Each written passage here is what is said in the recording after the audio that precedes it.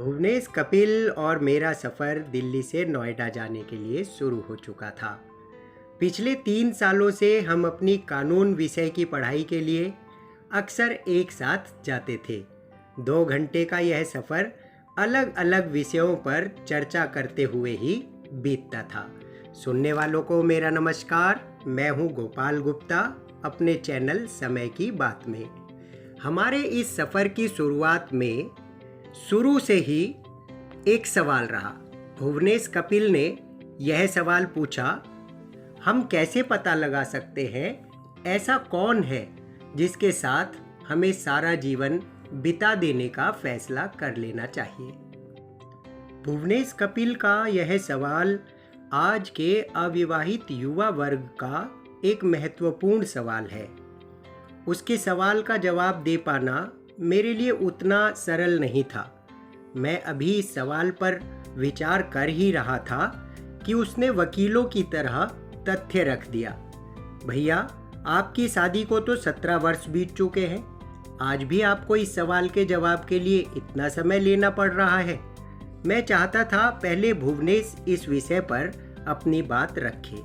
वो मुझसे 15 वर्ष छोटा है, लेकिन भुवनेश ने ऐसी कोई गंभीरता नहीं दिखाई कि वह इस विषय में बहुत कुछ जानता है, बल्कि मुझे यह एहसास कराया कि मुझे इस सवाल का जवाब मालूम होना ही चाहिए। मैंने भी बात टालते हुए हंसकर कहा, भाई, ये फैसला लॉटरी का टिकट खरीदने जैसा है। एक लॉटरी का टिकट खरीदते समय हमें बिल्कुल पता नहीं होता वह हमें माला माल कर देगा या टिकट के पैसे भी शून्य हो जाएंगे। उसने हैरानी दिखाते हुए कहा, आपने अपने जीवन का इतना बड़ा फैसला लॉटरी टिकट खरीदने जैसे फैसले की तरह कर लिया। उसने मुझे सवाल का जवाब देने के लिए विवश करते हुए कहा, क्या आप इतना बड़ा फैसला सिक्का उछाल कर ले लेते हैं? इस पर मैंने उसे कहा, नहीं भाई, मैंने कोई सिक्का नहीं उछाला, बल्कि मुझे मेरे माता पिता की पसंद पर पूरा भरोसा था। फिर पंडित जी ने गुण भी तो मिलाए थे। अब मुझे इस सवाल का जवाब देने के लिए अपने दिमाग पर जोर देना पड़ रहा था। अतः अपने किताबी ज्ञान की पंक्ति मुझे याद आई, जो वास्तव में मेरे इस फैसला लेने का आधार भी थी। वह पंक्ति प्रेमचंद द्वारा रचित यह थी, प्रेम सहचर्यगत होता है।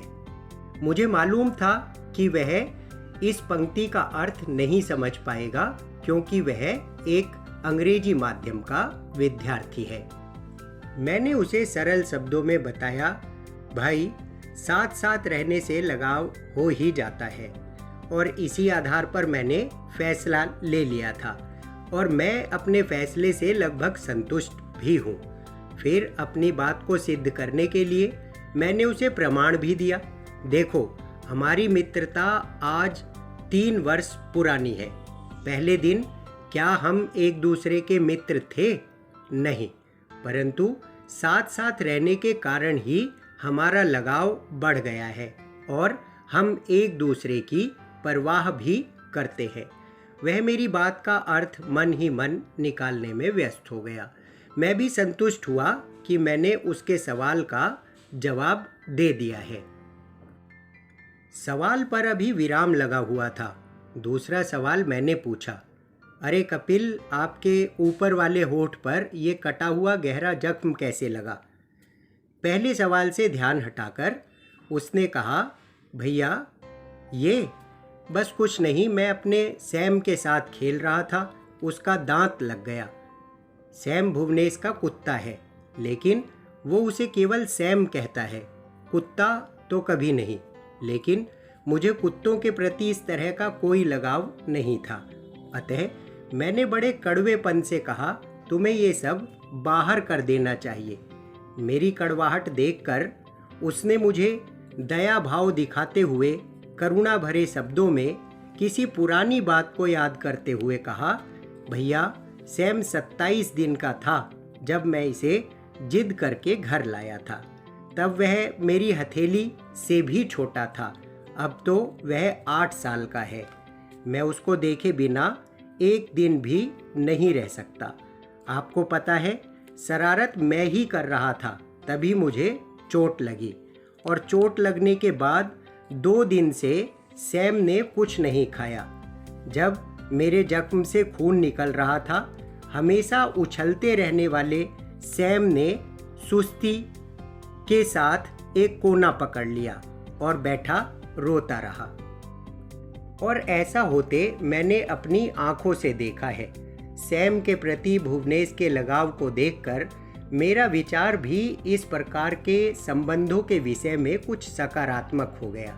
लेकिन अगले पल ही मैंने इस स्थिति को पहले सवाल से जोड़ते हुए कहा, बड़ी अजीब बात है, एक कुत्ते से, मेरा मतलब है सैम से भी, तो तुम्हें यह लगाव केवल इसलिए है कि तुमने 8 वर्ष उसके साथ बिता दिए हैं।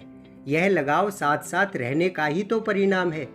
मुझे विश्वास था वह मेरी बात को स्वीकार कर लेगा और उसे उसके सवाल का जवाब मिल जाएगा, लेकिन उसने कुछ ऐसा कह दिया कि मेरे लिए सवाल और गंभीर हो गया।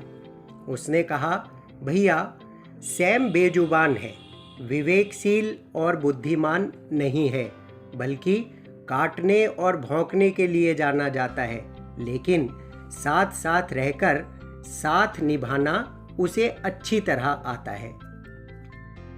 फिर उसे इस बात से कोई फर्क नहीं पड़ता कि मेरा घर छोटा है या बड़ा, मैं ज़्यादा कमाता हूँ या कम, मेरे सिर पर बाल घने हैं या कम, मेरा रंग गोरा है या काला, मेरा कद छोटा है या लंबा। और तो और उसने कभी मेरे धर्म या गोत्र की जांच पड़ताल भी नहीं की। वह तो बस मेरी आंखों में देखकर यह समझ लेता है कि उसे कब शरारत करनी है और कब डर कर बैठ जाना है। उसके लिए मैं हमेशा सबसे पहले रहता हूँ, बाकी सभी बातें बाद में। जिस सवाल की बात मैं आपसे कर रहा हूँ, वहाँ दूसरी सारी बातें पहले हैं और मैं सबसे बाद में। दोस्तों, मैं उसकी इन बातों से संजीदा हो गया। उसने आगे कहना जारी रखा, यह बहुत अच्छा है कि आप संतुष्ट हैं, लेकिन मैं कई ऐसे मैरिड कपल से मिल चुका हूँ जिनमें जीवन की एक उम्र खर्च देने के बाद भी कोई आत्मीय रिश्ता नहीं बना। कुछ विवाहित जोड़ों का कहना है कि उनसे फैसला लेने में जल्दी हो गई। कुछ एक लंबे समय के बाद भी जीवन साथी को बदलने की आशा रखते हैं। कुछ ने तो इस सवाल पर ही प्रश्न चिन्ह लगा दिया कि साथ साथ रहने की ज़रूरत ही क्या है।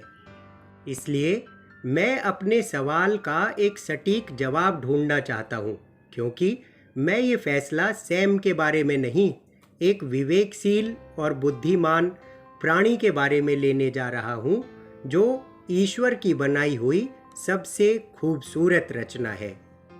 भुवनेश के सवाल का सटीक जवाब आज भी मेरे पास नहीं है। मैं मौन होकर उसके सवाल का जवाब तलाशने में जुट गया। कॉलेज आ गया था, सवाल और सफ़र दोनों ही रुक गए। तलाश अभी जारी है। मिलूंगा फिर एक बार इसी सवाल की अगली कड़ी के साथ। आप अपने जीवन में जीवन साथी को सबसे आगे रखें, बाकी सभी बातें पीछे। यही है मेरा पैगाम। लेता हूँ विदा। मिलूंगा फिर एक बार। समय देने के लिए धन्यवाद।